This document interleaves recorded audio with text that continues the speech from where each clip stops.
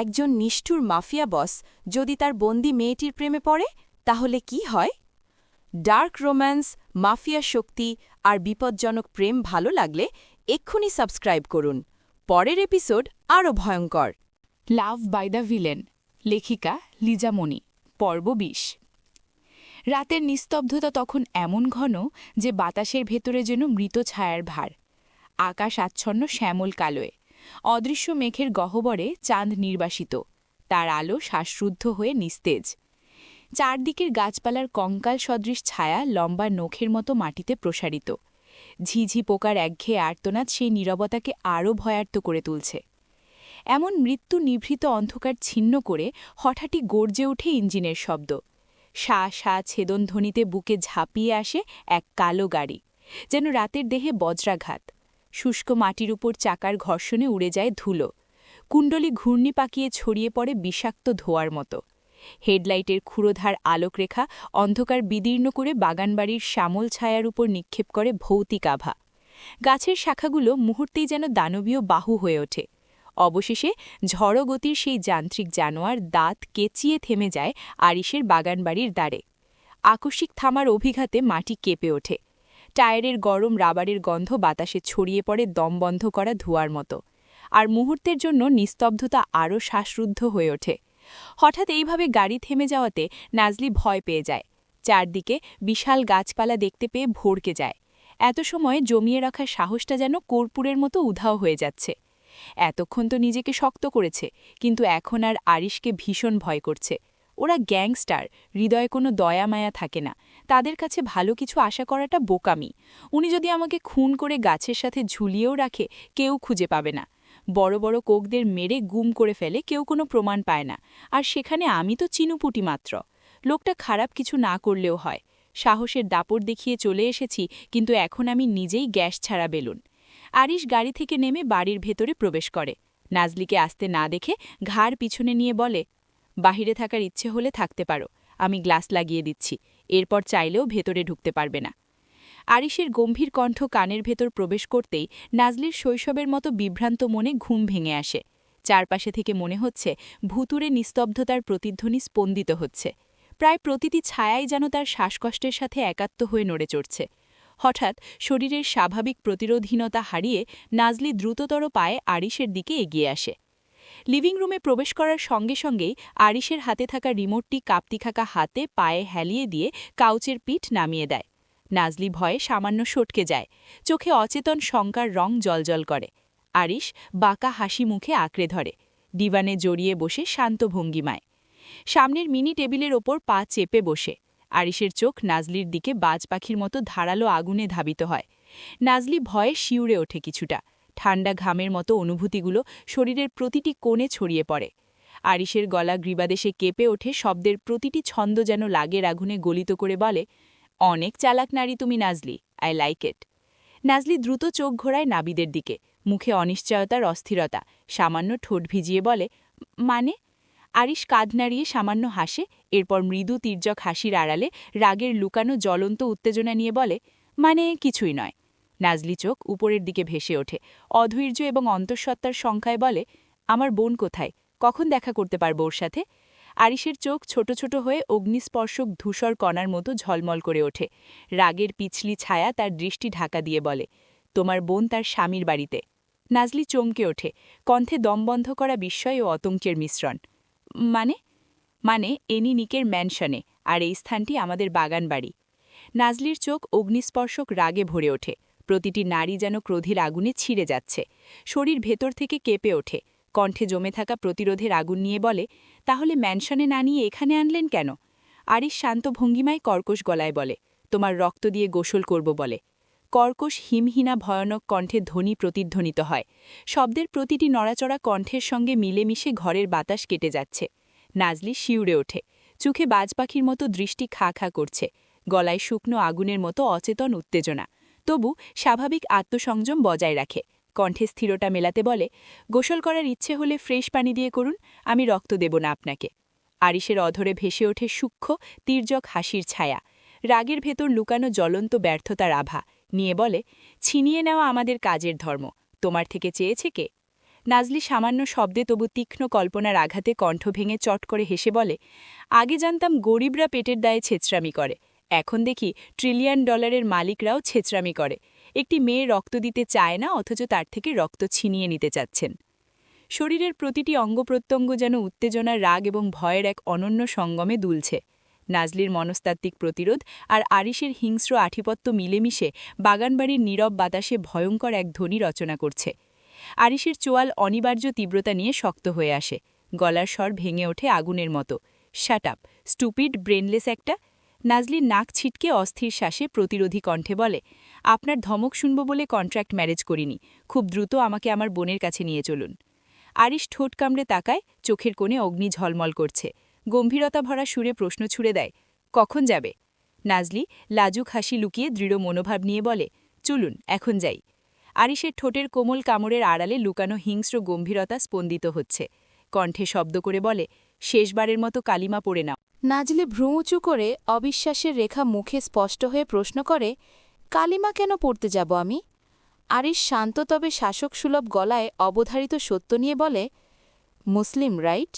হ্যাঁ, মুসলমানদের মৃত্যুর আগে কালিমা পড়া আবশ্যক, তোমার ইচ্ছা হলে পড়তে পারো। আরিশের শান্ত দৃষ্টি, ভয়ঙ্কর কণ্ঠের প্রতিটি শব্দ নাজলির হৃদয়ে অগ্নিসংযোগ ঘটাচ্ছে। শ্বাসরোধকারী অবাক বিস্ময় নিয়ে তাকাচ্ছে বারবার, চোখের ধূলিস্রোত মতো স্থির করে রেখেছে, আর চাহনির তীক্ষ্ণতায় শীতল আগুনের মতো অগ্নিস্ফুরণ। কি সাংঘাতিক মানুষেরা! বুকে সাহস সঞ্চয় করে। নাজলি বাঁকা হাসি দিয়ে শব্দ করে বলে, মেরে ফেলার জন্য তাহলে এখানে এনেছেন? নিজের বিয়ে করা বউকে মারতে হাত কাঁপবে না? আরিশের গলা কেবলমাত্র শব্দ নয়, তা যেন আঘাতপ্রবণ আগুনের মতো ভেসে আসে। বউ? ইয়েস, আমি আপনার ওয়াইফ। হোক সেটা কন্ট্রাক্ট ম্যারেজ, বাট 1 বছরের জন্য আইনত স্ত্রী আমি। আরিশ গম্ভীর হয়ে দাঁতে দাঁত ঘর্ষণ করে ওঠে, প্রতিটি শব্দের রাগের আঁচ জলজল করে বলে, মিস নাজলি। আর বলতে পারেনি। কথাটাকে ছিনিয়ে নিয়ে নাজলি দৃঢ়তা দিয়ে কণ্ঠে সংযম রেখে বলে, মিস নয়, মিসেস হবে। বিবাহিত নারীদের কেউ মিস বলে না। আরিশ শিকারীর মতো চোখ সরিয়ে তাকিয়ে থাকে। নাজলি দৃষ্টি যেন ধরার জন্য প্রস্তুত।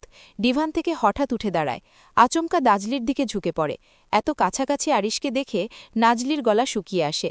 আরিশ ঠোঁট কামড়ে নাজলির উন্মুক্ত গলায় আঙুলটি ধীরে ধীরে স্লাইড করতে করতে বলে, আরিশের বউ হলে বিছানার পারফরমেন্স ঠিক থাকতে হবে বেবি, নচেত দ্বিতীয়বার নিজেকে আমার বউ সম্বোধন করলে মাটির নিচে পুঁতে দিয়ে আসব।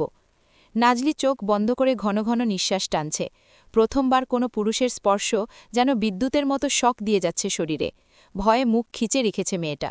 আরিশের স্পর্শ আরও গভীর হতে থাকে, হাতের অবাধ্য বিচরণ ধীরে ধীরে নিচে নামতে থাকে। আরিশ তার ভয়ঙ্কর দৃষ্টিতে নাজলির মুখ ঘিরে রাখে। নাজলি ঘন ঘন শ্বাস ফেলে। হঠাৎ আরিশের হাত শক্ত করে চেপে ধরে কণ্ঠে শান্তি ও প্রভুতার ছাপ দিয়ে বলে, স্টপ, আর বলবো না, থেমে যান এখানেই। আরিশ বাঁকা হাসি দিয়ে পুনরায় ডিভানে বসে পড়ে। নাজলির ঠোঁট এখনও কাঁপছে আতঙ্কে। বড় বড় শ্বাস টেনে কণ্ঠে অব্যক্ত ক্রোধ এবং আতঙ্কের মিশ্রণ দিয়ে বলে, অভদ্র পুরুষ আপনি, আমাকে স্পর্শ করার রাইট আপনাকে দেয়নি।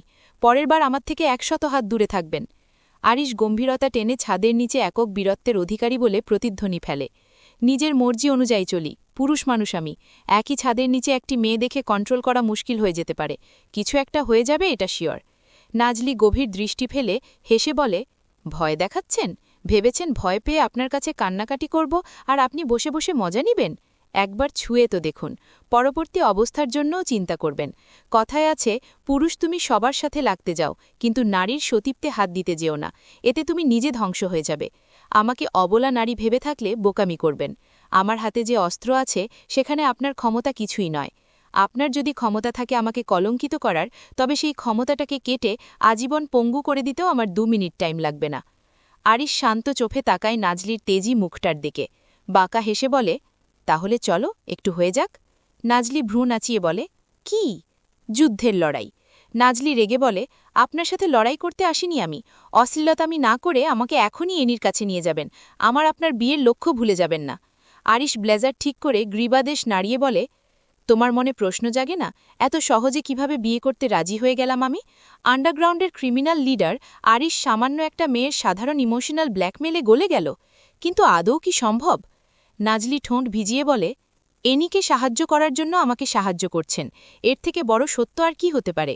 আপনি নিজেও চান এনি যাতে সুন্দর স্বাভাবিক জীবন কার করতে পারে, তাই আমার কথাটাকে আপনি মেনে নিয়েছেন।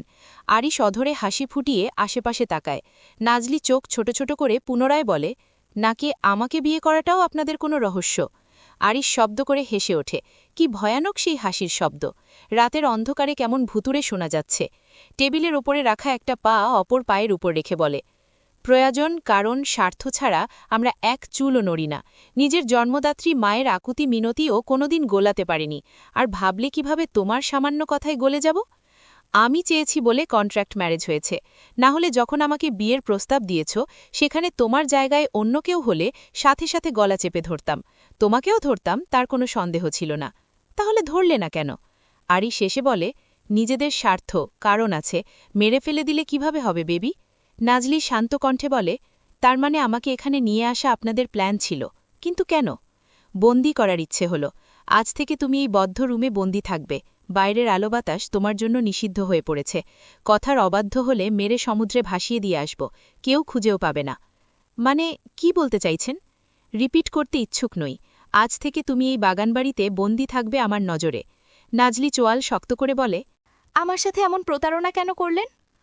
আরিশ ঠোঁট কামড়ে হেসে বলে, প্রতারণা করেই কার্য হাসিল করতে হয়। আমাকে বন্দী করার সাথে কিসের কাজ? সময় আসলে দেখতে পাবে। নাজলির রাগে অচেতনভাবে কেঁপে ওঠে। নিজেই অবাক, কল্পনা করেনি যে নিজের তৈরি ফাঁদেই একদিন এমনভাবে ফেসে যাবে। বুকে অস্থিরতা করে ওঠে। রক্তের তীব্র স্পন্দন এবং মনস্তাত্ত্বিক উত্তেজনার মিশ্রণে সে অস্থির। আরিশ বাঁকা হাসি মুখে ডিভ্যান থেলে উঠে দাঁড়ায়। পিছনে ফিরে সামনে এগোতে যেতেই নাজলির হঠাৎ আক্রমণের সম্মুখীন হয়। টেবিলের উপর রাখা ফলকাটা ছুরিটা চট করে ধরা দিয়ে নাজলি এক মুহূর্তের জন্য আরিশের পিঠির মধ্যভাগে প্রবেশ করিয়ে দেয়। হঠাৎ ছুরির আঘাতের জন্য আরিশ নিজেও প্রস্তুত ছিল না। পুরোটা শারীরিক আঘাত না হলেও রক্তে তার সাদা শার্ট লালাভ হয়ে যায়। ব্যথায় নাক মুখ কুঁচকে যায়। পা দুইটি থেমে যায়। চুয়াল শক্ত করে রাগ প্রকাশ করে আর পিছন ফিরে তাকায়। আরিশ কোনো রকম সতর্কতা ছাড়াই নাজলির গালে থাপ্পড় বসায়। থাপ্পড়ের সঙ্গে যেন দুনিয়া মুহূর্তে ঘুরে যায়। প্রতিটি স্পন্দন, প্রতিটি দম বন্ধকারী নিঃশ্বাস ঘরের বাতাসে ভেসে ওঠে। নাজলি সঞ্চালন হারিয়ে পুনরায় ডিভ্যানের উপর ছিটকে পারে। আরিশ ধীরে ধীরে কিন্তু হিংস্রতার সঙ্গে নাজলির চুল শক্ত করে ধরে সম্মুখে মুখ নিয়ে আসে। নাজলির গালের কাছে ঠোঁট চেপে ধরে চিবিয়ে চিবিয়ে বলে, সব জায়গায় সাহস দেখিয়ে নিজের বিপদ ডেকে আনতে যেও না। আঘাত করার আগে ভেবে নিবে সামনে দাঁড়িয়ে থাকা ব্যক্তিটাকে। এখানে এসেছ তোমার সম্মতিতে, কিন্তু যাবে আমাদের ইচ্ছেতে। এমনি এমনি বিয়ের পেপারে সাইন করে ফেলেনি। শালি বেশি তেরিংবেরিং করলে অবস্থা খারাপ করব। হঠাৎ ফোনের আওয়াজে আরিশ নাজলিকে ছিটকে সরিয়ে দেয়। নাজলি গালে হাত দিয়ে চোখ বন্ধ করে ফেলে। আরিশ ফোনের দিকে এক পলক তাকিয়ে নাজলির উদ্দেশ্যে বলে, একদম আওয়াজ করবে না, আমার বোন ফোন দিয়েছে, তোমার আওয়াজ যাতে শুনতে না পায়। নাজলি কোনো প্রতিউত্তর করল না। একইভাবে ঠাইভাবে বসে আছে পাথরের মতো। আরিশ নিজেকে স্বাভাবিক করে রাগ কন্ট্রোল করে ফোন রিসিভ করে। ফোন রিসিভ করতেই এক চঞ্চল কণ্ঠ ভেসে আসে, কখন থেকে ফোন দিচ্ছি, রিসিভ করতে দেরি কেন হয়েছে তোমার? আরিশ মুখের কঠোরতা সরিয়ে স্বাভাবিকভাবে বলে, ব্যস্ত ছিলাম। এত রাতে ফোন কেন দিয়েছিস? ঘুমাসনি এখনও? মেহের কিছুক্ষণ চুপ থেকে অভিমানী কণ্ঠে বলে, ভাইয়া তুমি বিয়ে করেছ অথচ আমাকে একবার জানাওনি। আরিশের মাথায় যেন আকাশ ভেঙে পড়েছে। জানল কিভাবে এই মেয়ে? আরিশ কপাল কুঁচকে বলে, কে বলেছে তকে এইসব? নিজে দাদামশাই আর অধিরাজ ভাইয়া কথা বলছিল, আমি দূর থেকে শুনেছি। তেমন কিছু নয়, কিন্তু বিয়ে তো করেছ। আরিশ চোখ গরম করে বলে, বললাম না এমন কিছু নয়। মেহের প্রায় কেঁদে দিবে ভাব। ধমকাচ্ছ কেন ভাইয়া? দাদামশাই কখনো মিথ্যে বলে না। না জানিয়ে বিয়ে করার জন্য তোমাকে ক্ষমা করে দিলাম, কিন্তু কাল সকালে তোমার এখানে আসছি আমি। আরিশ অধৈর্য হয়ে বলে, একদম নয়, বাহিরে বের হওয়া যাবে না কিছুতেই। কিন্তু ভাইয়া আমি আসতে চাই, প্লিজ। আরিশ মেহেরের জেদের কাছে পরাজিত হয়ে বলে, আমি নিয়ে আসব, একা বের হবি না। মেহের মুচকি হেসে বলে, অপেক্ষা করব তোমার জন্য ভাইয়া। আরিশ ফোন কেটে দেয়। নাজলি তাচ্ছিল্য হেসে বলে, নিজের বোনের জন্য এত দরদ, অথচ অন্যের বোনেরা পণ্য? আরিশ গম্ভীর হয়ে হেসে বলে, তোমরা পণ্য হিসেবে আছো বলেই আমরা বিক্রি করতে পারি। নিজেদেরকে নিজেরা রক্ষা করতে শিখো। আমার বোনকে আমি রক্ষা করছি। নাজলি রেগে দাঁত চেপে বলে, যতদিন আপনারা বেঁচে থাকবেন ততদিন মেয়েরা শান্তিতে নিঃশ্বাস পর্যন্ত নিতে পারবে না। আমাকে যে ফাঁদে আপনি ফেলেছেন তার জন্য পস্তাতে হবে। এর মূল্য আপনি খুব বাজেভাবে দিবেন। আপনি মিথ্যে আশা দেখিয়ে এখানে নিয়ে এসেছেন। বন্ধিত্ব জীবন দান করছেন, কিন্তু আমাকে বন্দী করে রাখার ক্ষমতা আপনার নেই। আরিশ বিরক্তিতে চোয়াল শক্ত করে ফেলে। এত তেজ কেন তোমার? বন্দী হয়ে আমার সামনে দাঁড়িয়ে আছো অথচ ভিতরে কোনো ভয় নেই? আরিশ এক প্রকার রাগ নিয়ে উপরে চলে যায়। সব রাগ গিয়ে পড়ে নিকের উপর। বালমার্কা আজাইরা ঝামেলায় তাকে ফেসিয়ে দিয়েছে। মেয়েদের কখনো কাছেই ঘেঁষতে দেয়নি, এখন একটা জ্যান্ত মেয়ের সাথে এক ছাদের নিচে থাকতে হবে ভাবতেই যেন রাগটা আরও বেড়ে যায়। বাড়ির ঘন বাতাসটা যেন ধোঁয়ার চাদরে ঢাকা, তাতে মিলেমিশে আছে নোংরা ঘামের গন্ধ, পোড়া সিগারেট দগদগে ধোঁয়া, আর পুরনো কাঠে শুষে থাকা নোনা রক্তের শীতল আভাস, দেয়ালের কালচে রং, ঝাপসা ঝাড়বাতির কাপা আলো, আর মেঝের উপর ছড়িয়ে থাকা ভাঙা কাচের টুকরো, সব মিলিয়ে জায়গাটাকে করেছে ভৌতিক এক সমাধি ক্ষেত্রের মতো, যেখানে প্রতিটি আসনেই বসে আছে রক্তচোষা নেকড়ে। 18 জন মাফিয়া, প্রতিটি মুখ পাথরের মতো কঠিন, তীক্ষ্ণ দৃষ্টিতে তারা একে অপরকে ভেদ করছে। কারো ঠোঁটে বিষাক্ত বিদ্রূপ হাসি, কারো চোয়ালে গর্জন আটকে রাখা কুণ্ঠা, কারো হাতে ভারী আংটির ঝলক, কারো কবজিতে রক্তের রঞ্জিত উল্কির দাগ। সব জানাচ্ছে এদের প্রতিটি জীবন কেবল মৃত্যুর ব্যবসা। টেবিলের উপর ঠকঠক শব্দ তুলে কাঁপছে হুইস্কির গ্লাস, তাতে প্রতিফলিত হচ্ছে তাদের ক্রোধে বিকৃত মুখাবয়ব। তবে এই অশুভ ভিড়ের মাঝখানেই এক আলাদা অস্তিত্ব বসে আছে, এক অচঞ্চল জটিলতার নিক জেভরান। তার বসার ভঙ্গি যেন সাম্রাজ্যের সিংহাসনে বসা শাসকের। অগোছালো মাফিয়া টেবিলটাকেও সে নিজের লাজসভা করে তুলেছে। তার চোখ দুটি শীতল ইস্পাতের মতো নিস্তেজ নয়, তার দৃষ্টি তীক্ষ্ণ, কুটিল ও অপ্রতিরোধ্য। যে চোখে তাকায় সে যেন নিজের ভেতরের দুর্বলতা নগ্ন হয়ে যেতে দেখে। নিকের ঠোঁটের কোণে মৃদু এক ব্যঙ্গ হাসি, তবে সেই হাসি শীতল ছুরির মতো ধারালো। এই হাসি যে কোনো মুহূর্তে সে শব্দহীনভাবে কারো গলা কেটে দিতে পারে। আঙুলে অলস ভঙ্গিতে ঘুরতে থাকা সোনালি রিভলভার আসলে এক নীরব বার্তা। তার কাছে মৃত্যু কেবল খেলার উপকরণ, শরীরের একটিও অঙ্গপ্রত্যঙ্গ উদ্বিগ্ন নয়। এমন শীতল নির্লিপ্ততা কেবল তারই থাকে যার হাতে মৃত্যুর রাশ। 18 জন মাফিয়ার চোখে জমে থাকা রক্তগরম ক্ষোভ যেন গর্জন তুলতে চাইছে, কিন্তু নিকের তীর্যক দৃষ্টি তাদের গলাতেই শ্বাসরোধ করে দিচ্ছে। কেউ সিগারেটের ধোঁয়া ছাড়তে ছাড়তে দাঁত কড়মড় করে, কেউ আঙুলে ছুরি চেপে রাখে, কেউ আবার উইস্কির গ্লাস চূর্ণ করার উপক্রম হয়। তবু নীরবতা ভাঙতে পারে না, কারণ নিক জেভরান কেবল মেয়েটিকে ছিনিয়ে নেয়নি, সে ছিনিয়েছে তাদের সম্মান, তাদের অহংকার, তাদের অস্তিত্বের মূল ভিত্তি। 100 কোটি টাকার বিনিময়ে কেনা সেই মেয়েটি এখন হয়ে উঠেছে ক্ষমতার প্রতীক, অপমানের দাগ আর বিদ্রোহের নীরব বীজ। বাড়ির দেয়ালে প্রতিধ্বনিত হয় কাঁচ ভাঙার শব্দ, বাতাসে ঘনীভূত হয় রক্তের গন্ধের পূর্বাভাস। মুহূর্তের মধ্যেই সভা পরিণত হতে পারে হত্যাযজ্ঞে, অথচ কেন্দ্রে বসে থাকা মানুষটা তার চোখের শীতল অগ্নিশিখায় যেন জানিয়ে দিচ্ছে, রক্ত ঝরবে, তবে আমার ইচ্ছাতেই। নিকের উপস্থিতি এই পুরো ভিড়ের মধ্যে একটি অদৃশ্য শক্তির মতো, চোখে লুকানো অগ্নিদাহ, ঠোঁটের কোণে বাঁকা হাসি নিয়ে বলে, তোমরা কিনতে পারোনি, কিন্তু এখন সে আমার। যা আমার তা ছোঁয়ার সাহস করতে পারবে না কেউ, তাই ভুলেও ওর দিকে হাত বাড়ানোর সাহস করবে না কেউ। মাফিয়ারা একে অপরকে চোখ মেলায়, রাগ আর লোভে অদ্ভুতভাবে তাকায় নিকের দিকে। কেউ টেবিলের ওপর থাপ্পড় মারার পরিকল্পনা করে, কেউ আঙুলের আঘাতের হুমকি ছুড়ে দেয়, কিন্তু নিকের উপস্থিতি তার প্রতিটি নিঃশ্বাস, প্রতিটি অঙ্গ, সবকিছু দমিয়ে রাখে। হিংস্রতা আর কর্তৃত্ব একাকার হয়ে বারটিকে এক অনিশ্চিত মৃত্যুর মতো থরথরানি সৃষ্টি করে। ইগর রাগটাকে সামলাতে না পেরে বলে, অনেকদিন তো ছিল আপনার কাছে, এবার আমাদের দিয়ে দিন। নিক দাঁত কটমট করে বলে, ওর বয়স কম, মাত্র 18 বছর, তোমাদের কাছে টিকবে না। ক্র্যাশ টেবিলের ওপর শব্দ করে বলে, বয়স দিয়ে যাচাই করলে আপনার এখানে টিকেছে কিভাবে? পুরো মাফিয়া সাম্রাজ্যের সবথেকে বড় নরখাদক আপনি। এক মেয়ের মৃত লাশ হয়ে বেরিয়েছিল, অতীত ভুলে যায়নি আমরা, কিন্তু এনি লাশ হয়নি। নিঃসন্দেহে সে আপনার অত্যাচার সহ্য করার ক্ষমতা রাখে, সেখানে আমাদেরও রাখবে। বয়স বলা আপনার মুখে হাস্যকর। নিক ঠোঁট বাঁকিয়ে রহস্যময় হাসি দিয়ে বলে, অতীত কেন ঘাটাঘাটি শুরু করলে ক্র্যাশ? মেয়েটা কেন মরেছে ভুলে যাওনি নিশ্চয়ই? আমার সাথে তেরিং বেরিং করলে গলা চেপে ধরব, এইটাই স্বাভাবিক। মিস্টার কায়াত গম্ভীর হয়ে বলে, এনিকে কবে গলা চেপে ধরবেন? নিক সামান্য শব্দ করে হেসে বলে, গলা তো প্রতিনিয়ত টিপে ধরি, কিন্তু জানে মেরে ফেলতে পারি না। আমার বোকা এনি, আমি যে কথাটা পছন্দ করি না সেটাই বারবার বলে। ইচ্ছে তো করে শ্বাস রোধ করে মেরে ফেলি, প্রচণ্ড ঘাটতারা, মৃত্যুর সামান্য ভয়টুকুও নেই। সারাক্ষণ কানের কাছে নিজের মৃত্যু কামনা করে, মাঝে মাঝে ইচ্ছে করে মাটিতে পুঁতে ফেলি, কিন্তু যখন গাল ফুলিয়ে বিষণ্ণ মুখে বসে থাকে তখন মনে হয় পুরো জগতের সুখ তার পদতলে এনে রাখি। থেমে আঘাত করে একদম রক্তাক্ত করে ফেলি, চাবুক পিটাও করেছি, তবু মরণের ভয় ঢোকাতে পারিনি। বাঁচার জন্য একবারও মিনতি জানায়নি, সে কারণে ইচ্ছে করে বাকিদের মতো তারও একই দশা করি। কিন্তু এইটাকে ছাড়া আমার ঠিক চলবে না। ১.৫ বছর যুদ্ধ করেছি নিজের সাথে, তবুও টিকতে পারিনি। এখন নিজের সাম্রাজ্যে বন্দী করে ফেলেছি। সামান্য একটা পাখিও তার দিকে তাকাতে পারবে না। ট্রাস্ট মি, ওর হাসি মুখটা দেখলেও আমার সহ্য হয় না। ইটালির গ্যাংস্টার জেমস তাচ্ছিল্য হেসে বলে, সাধারণ রক্ষিতার জন্য এত ভাবনা? আমি তো ভেবেছিলাম ফুর্তি করার জন্য কিনেছেন। নিক দাঁত কটমট করে বলে, সে আমার সম্পদ, রক্ষিতা নামমাত্র, কিন্তু সে রক্ষিতা নয়। জেমস পুনরা তাচ্ছিল্য হেসে বলে, যে মেয়ে বিয়ে ছাড়া পুরুষের প্রতিবেলা ভোগবস্তু হতে পারে তাকে রক্ষিতা বলতে বারণ করছেন নিক জেভরান। কয়েকদিন পর সে হয়তো আমার বেডেও যাবে। আপনি না দিলেও ছিনিয়ে আনব, প্রয়োজনে রক্তপাত ঘটাব। মূলত যেসব রক্ষিতারা জন্মই নিয়েছে আমাদের মনোরঞ্জনে। জেমসের কথা কর্ণে প্রবেশ করতেই নিক চোয়াল শক্ত করে ফেলে। ধূসর মণিগুলো মুহূর্তেই রক্তবর্ণ ধারণ করে। তীর তীর করে কাঁপতে থাকে শরীরটা। নিজের রাগটাকে কন্ট্রোল করতে না পেরে জেমসের মুখের ভিতর আচমকা রিভলভার ঢুকিয়ে দেয়।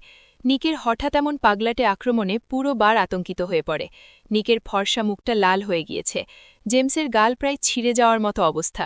রিভলভারটা গিয়ে ঠেকেছে কণ্ঠনালীর মধ্যে। সে বাঁচার জন্য ছটফট করতে থাকে। নিক রাগে গর্জে ওঠে, শুয়োরের বাচ্চা! আমার ব্যক্তিগত নারীকে রক্ষিতা বলার সাহস কিভাবে হয় তোর? ওর শরীরে সামান্য কলঙ্কের দাগ পড়তে দেইনি আমি। এই মেয়েকে নিয়ে কুচিন্তা করলে কলিজা ছিঁড়ে খাবো ব্লাডি বিচ।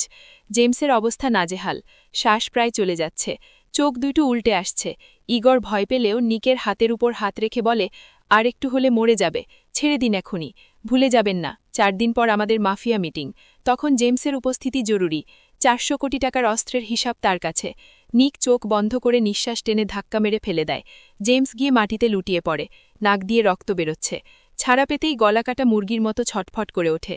ইগরের ইশারাতে গার্ডরা এসে অর্ধমৃত জেমসকে টেনে হিচড়ে নিয়ে যায়। নিক চোখ বন্ধ করে নিজের রাগ নিয়ন্ত্রণ করার চেষ্টা করছে। ক্রেশ নিকের মুখের দিকে তাকিয়ে শান্ত সুরে বলে, সামান্য রক্ষিতা বলায় আপনি একজন মাফিয়ার জীবন নিয়ে নিচ্ছিলেন। নিক চোয়াল শক্ত করে বলে, শুক্রিয়া আদায় করো, জানে এখনও মারিনি, তবে এটার মৃত্যু লেখা হয়ে গিয়েছে। মি কায়েত গ্রীবাদেশ নাড়িয়ে বলে, কয়জনকে মারবে তুমি? নিক তীক্ষ্ণ চোখে ঘাড় কাত করে তাকায়। লিস্টের প্রথমেই তুমিই আছো কায়াত। থেমে, ৬,৩৭১ কিলোমিটার ব্যাসার্ধের এই পৃথিবীতে ৮.247 লক্ষ সংখ্যার মধ্যে যতজন এই নারীকে ঘৃণিত ইঙ্গিত দিবে, ঠিক ততজনকে মারব। প্রতিটা মাফিয়া অবাক হয়ে তাকিয়ে আছে। বিনা অনুমতিতে একটা মেয়ে তার রুমে ঢুকে পিঠে সামান্য স্পর্শ করেছিল বলে তার গলা টিপে মেরে ফেলেছিল। আজ সেই নিক জেভরান একটা মেয়ের জন্য ধ্বংসের ইতিহাস রচনা করছে। ইগর দাঁত চেপে বলে, উন্মাদ হয়ে গিয়েছেন আপনি। এই মেয়েকে না পেলে আমরাও বসে থাকব না। তাহলে কি আপনি মাফিয়া সাম্রাজ্যের সবাইকে মেরে ফেলবেন? নিক ঠোঁট কামড়ে বলে, আমার কথাটা মেবি বুঝতে পারোনি ইগর। প্রয়োজনে পুরো মাফিয়া সাম্রাজ্য ধ্বংস করব। আমি জানি তোমরা মাফিয়া মিটিংয়ের জন্য অপেক্ষা করছো, না হলে কবেই অ্যাটাক করতে। মাফিয়া মিটিং শেষ হলে ক্ষমতা থাকলে চোখ তুলে তাকিয়ে দেখো। কায়াত রক্তলাল চোখে বলে, যে কোনো মূল্যে আমি ছিনিয়ে আনব। নিক দাঁত কটমট করে বলে, সামান্য স্পর্শ করে দেখাতে পারলে আমি নিক জেভরান গ্যাংস্টার বস পদবি থেকে সরে যাব। নিক চেয়ার থেকে উঠে দাঁড়ায়, এরপর ধীরে ধীরে দরজার দিকে সামনে আসে। তার পদক্ষেপ মেঝেতে প্রতিধ্বনিত হয়। প্রতিটি শব্দ কক্ষের ভিতর ভয়ানক আগুনের মতো ছড়িয়ে যায়। পিছন থেকে কায়াত শব্দ করে বলে, পুরো সাম্রাজ্য তুমি শাসন করলেও তোমাকে শাসন করছে একটা মেয়ে। সতর্ক থেকো, এই মেয়ে তোমার ধ্বংসের কারণ না হয়ে দাঁড়ায়। নিক শুনেও শুনল না কারোর কথা। প্রতিটা মাফিয়ার চোখে হিংসার আগুন ঝলঝল করছে। শুধু ক্ষমতার শক্তি দিয়ে কেউ বেড়ে উঠছে না। নিকের বাজপাখির মতো ধারালো দৃষ্টি আর তীক্ষ্ণ বুদ্ধির কারণে আজ পুরো সাম্রাজ্যের বাদশা সে। রাত প্রায় ৩টার কাছাকাছি। একটা বাজে স্বপ্নে হুট করে এনির ঘুম ভেঙে যায়। কিছুটা ভয় পেয়ে সামান্য পানি পান করে। পুরো রুম আলোকিত, তবুও তার কাছে সব অন্ধকার লাগছে। একটা রুমের সবকিছু যদি কালো হয় তাহলে অন্ধকার লাগাটাই স্বাভাবিক।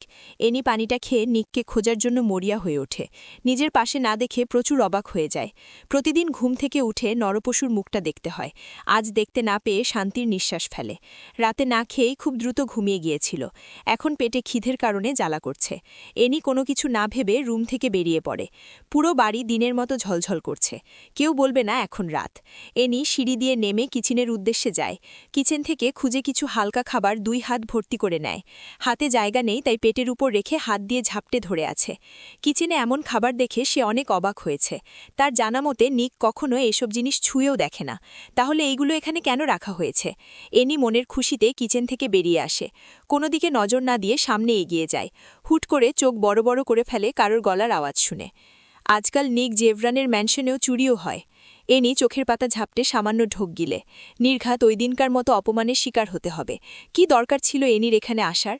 খিদের জ্বালায় তো কেউ আর মরে যায় না। তুইও নিশ্চয়ই মরে যেতি না। তাহলে কেন অযথা কাজ করে অন্যের কথার শিকার হস? এনি ঘাড় ঘুরিয়ে নিকের দিকে তাকায়। খাবারের কারণে এনির মুখটা পর্যন্ত ভালোভাবে দেখা যাচ্ছে না। নিক কপাল কুঁচকে তাকিয়ে আছে। নিককে দেখে এনি অবাক হয়ে যায়। চুলগুলো কেমন এলোমেলো হয়ে আছে, শরীরে ফর্মাল কালো ড্রেস। নিককে এমন কপাল কুঁচকে তাকিয়ে থাকতে দেখে ঠোঁট ভিজিয়ে বলে, আমি মোটেও চুরি করছিলাম না, আর আমি চোরও না। নিক গম্ভীরতা টেনে সবগুলো খাদ্যদ্রব্যের দিকে তাকায়। এরপর ঠোঁট চেপে বলে, প্রমাণসহ ধরেছি, এখনও অস্বীকার করছে। এখন বিশ্বাস করানোর জন্য আর কি লাগবে? এনি ভরকে যায়। হাতে থাকা সব খাবার মেঝেতে ফেলে দেয়। মুহূর্তেই শব্দ করে ওঠে। সবকিছু এইভাবে মেঝেতে ফেলে দেওয়াতে খারাপ লাগলেও কঠিন স্বরে বলে, আপনার মতো কিপটে জীবনেও দেখিনি। সাধারণ খাবারই তো ছিল, এইভাবে চোরের অপবাদ দেওয়ার কি আছে? মূলত অবৈধ ব্যবসায়ীরা এমন ছোট মনেরই থাকে। এনিকে রাখতে দেখে নিক ঠোঁট কামড়ে বলে, পুরো সাম্রাজ্য খেয়ে ফেললেও কিছু বলবো না বেবি গার্ল, বাট এইগুলো ফেলে দেওয়া তোমার একদম উচিত হয়নি। এখন নিজেই সবকিছু পরিপাটি করবে। এনি চোয়াল শক্ত করে বলে, জীবনেও করব না। নিক বাঁকা হেসে বলে, ইজ্জতের ভয় সবাইর আছে। এনি কাপা গলায় বলে, মানে? নিক গ্রীবাদেশ নাড়িয়ে মোবাইলটার দিকে তাকিয়ে বলে, তোমার শাওয়ার নেওয়া ভিডিওটা কি অনলাইনে পোস্ট করে দিব? আমার কথা না শুনলে নিজের সর্বস্ব হারাবে। এনি কেঁপে ওঠে, ঠোঁট চেপে কান্না আটকিয়ে বলে, সর্বহারা মেয়েটাকে আর কি সর্বহারা করবেন নিক জেভরান?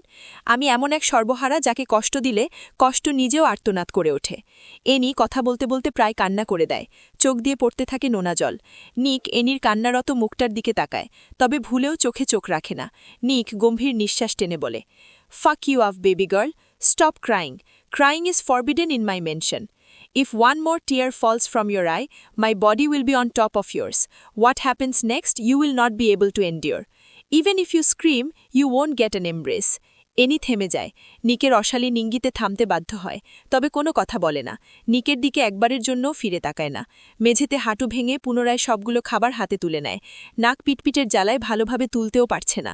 অসহ্য হয়ে নিজের জামা দিয়েই নাক মুছে ফেলে। নিক সেদিকে তাকিয়ে কপাল কুঁচকে ফেলে। এনি সবগুলো হাতে নিয়ে উঠে দাঁড়ায়। এরপর ধীর পায়ে কিচেনে যায়। কিচেনে সব কয়টা রেছে নিঃশব্দে বেরিয়ে আসে। নিক তাকিয়ে দেখছে শুধু এনিকে। অজান্তেই অধরে হাসি ফুটে উঠে, তবে সেটা আর প্রকাশিত হয়নি। কারোর নজরে পড়েনি। অ্যানি নাক টানতে টানতে মাথা নিচু করে কিচেন থেকে বেরিয়ে আসে। নিকের দিকে না তাকিয়ে রুমের উদ্দেশ্যে সামনে এগিয়ে যেতে থাকে। নিক অ্যানির হাত চেপে ধরে নিজের কাছে নিয়ে আসে।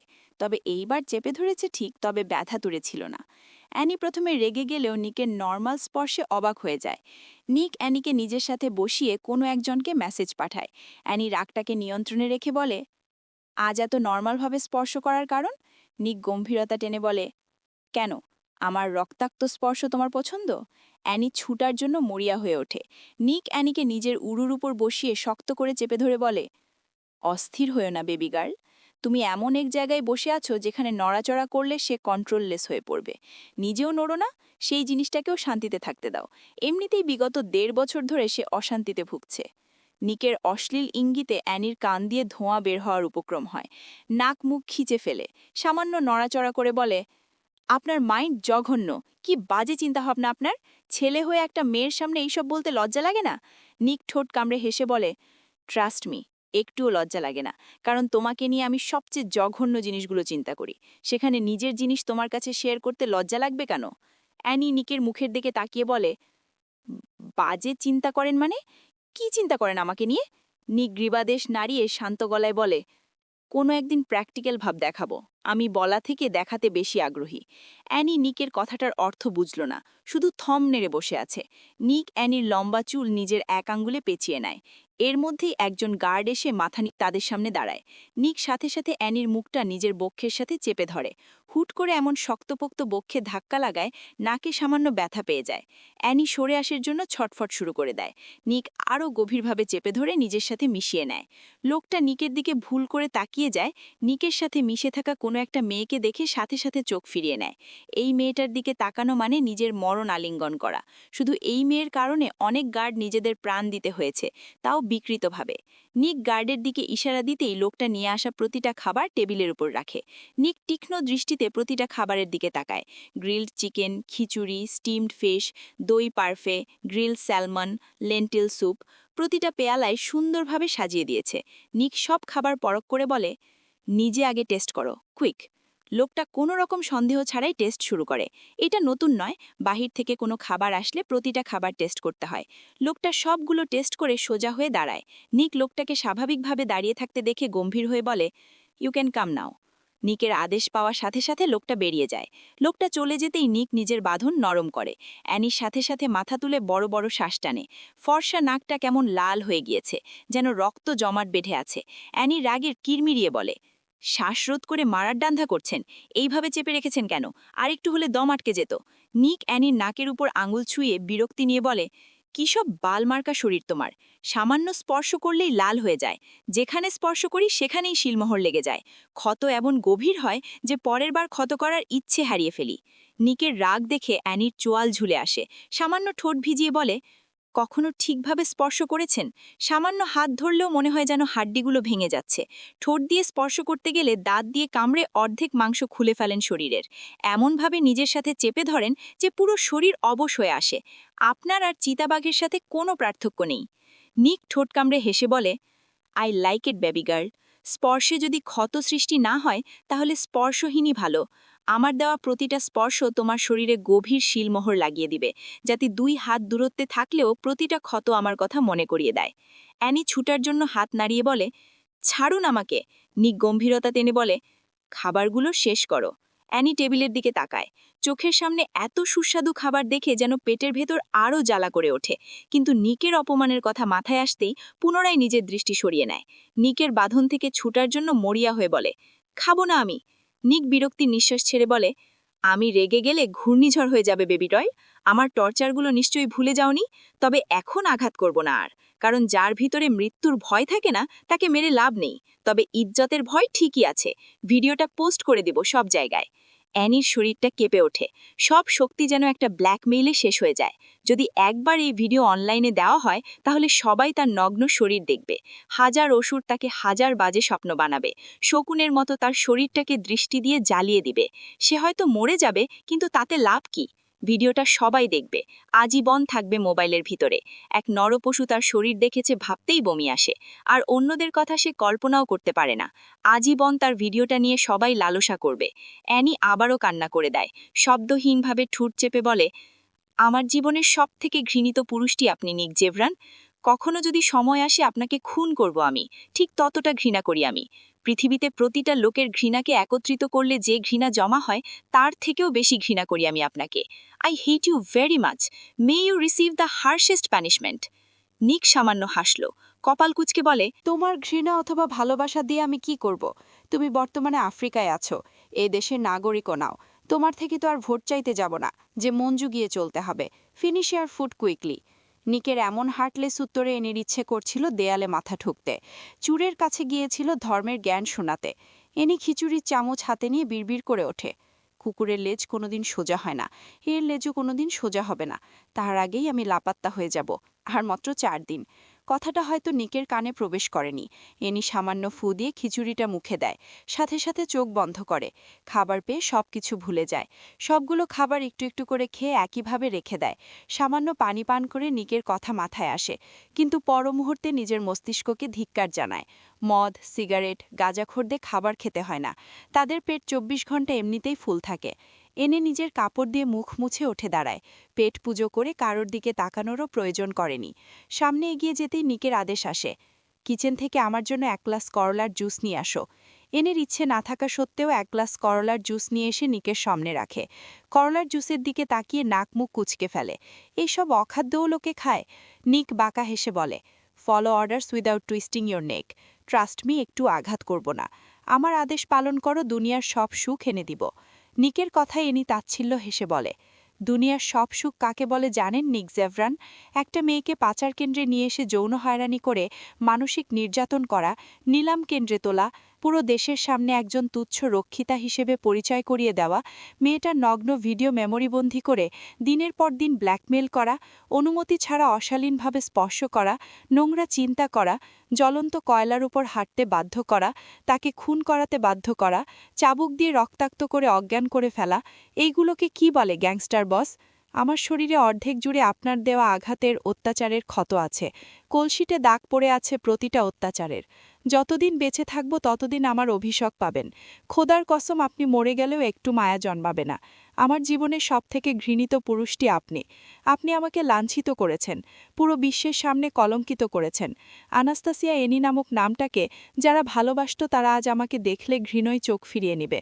সবাই ভাববে আমি হাজারো পুরুষের কামনা মিটিয়েছি, একজন গ্যাংস্টার বসের রক্ষিতা হয়ে থেকেছি দিনের পর দিন। পুরো দেশের সামনে আজ আমি কলঙ্কিত। নিকের ধূসারমণির চোখ দুইটা রক্তিম হয়ে ওঠে, রাগে তীর তীর করে কেঁপে ওঠে শরীর। সামনে থাকা কাউচটাকে লাথি দিয়ে ফেলে দেয়। এক বিকট শব্দে এনি কেঁপে ওঠে, ভয়ে 2 পা পিছিয়ে যায়। নিক হিংস্র হায়নার মতো এনির গালটাকে চেপে ধরে গর্জে ওঠে। মিথ্যে জিনিস নিয়ে মানসিক আঘাত পেলে জান খেয়ে ফেলব শালি মাদারফাক। একজন পুরুষও তোর দিকে তাকায়নি। যারা তাকিয়েছিল তাদের কঠিন মৃত্যু হয়েছে। যারা রক্ষিতা নিউজ ছড়িয়েছিল তাদের প্রত্যেকের কলিজা কেটে তোর সামনে নিয়ে আসব। জাস্ট আর কয়েকটা দে। আর যদি তুই কলঙ্কিত হয়ে থাকিস তাহলে আমার স্পর্শে হয়েছিস, তাতে এত আফসোস কিসের? এনি শ্বাস বন্ধ হয়ে আসছে অগ্নির হিংস্র থাবায়। বেপরোয়াভাবে নিকের বুকে ধাক্কা দেয়। নিক এনিকে ছেড়ে দেয়। এনি বড় বড় শ্বাস টেনে কেশে ওঠে। নিক এনির মাথাটা নিজের মাথার সাথে লাগিয়ে নিঃশ্বাস টেনে বলে, আমি প্রচুর খারাপ বেবিগার। এমন কোনো অশালীন কাজ নেই যা আমি করিনি। আমার হার্ট নেই, ভালোবাসা নেই। জীবনে কারোর জন্য এক ফোঁটা চোখের পানি খরচ করিনি। নিজের জন্মদাত্রীর জন্যও দয়া করুণা দেখাইনি। লোকের আর্তনাদে পৈশাচিক আনন্দ লাভ করি। সামান্য কারণে লোকের দেহ ছিন্ন বিচ্ছিন্ন করে ফেলি। দিনে 1000টা খুন করলেও অনুশোচনা হয় না। কিন্তু তুমি ভিন্ন। তোমাকে অত্যাচার করে সাময়িক পৈশাচিক আনন্দ লাভ করি। তবে দিন শেষে আমি উন্মাদ হয়ে যাই, হারিয়ে ফেলি নিজের গন্তব্য। আমার সাম্রাজ্যে তোমার বন্দিদশা আজীবনের জন্য। তোমার জন্য বাহিরের পৃথিবী নিষিদ্ধ। তোমার শ্বাসের হিসেব রাখব আমি। আমার ছায়ায় কারোর সাথে তুমি কথা বলতে পারবে না। আমি ব্যতীত তোমার চোখে অন্য কেউ থাকলে কঠিন নির্যাতনের শিকার হবে। রক্তাক্ত করে ফেলব, তবুও অন্যের জন্য সামান্য চিন্তা করতে দিব না। If necessary I will bind you in chains, but I will not separate you from myself. নিকের গরম নিঃশ্বাস ফিসফিস করা কণ্ঠাস্বর এনির শরীরটাকে কাঁপিয়ে তোলে। এক মুহূর্তের জন্য ভুলে যায় সবকিছু। অস্ফুর্ত আওয়াজে বলে, টানা দিনের পর বাহিরের জগৎ না দেখে সারাদিন একটা রুমে থাকটা মৃত্যুর চেয়েও কষ্টদায়ক। আপনার কারণে আমি সামান্য বাতাসও শরীরে লাগাতে পারি না। আপনার মস্তিষ্ক ঠিক নেই, বিকৃত ভাবনার অধিকারী আপনি, একটা হার্টলেস সাইকোপ্যাথ। চলবে কি?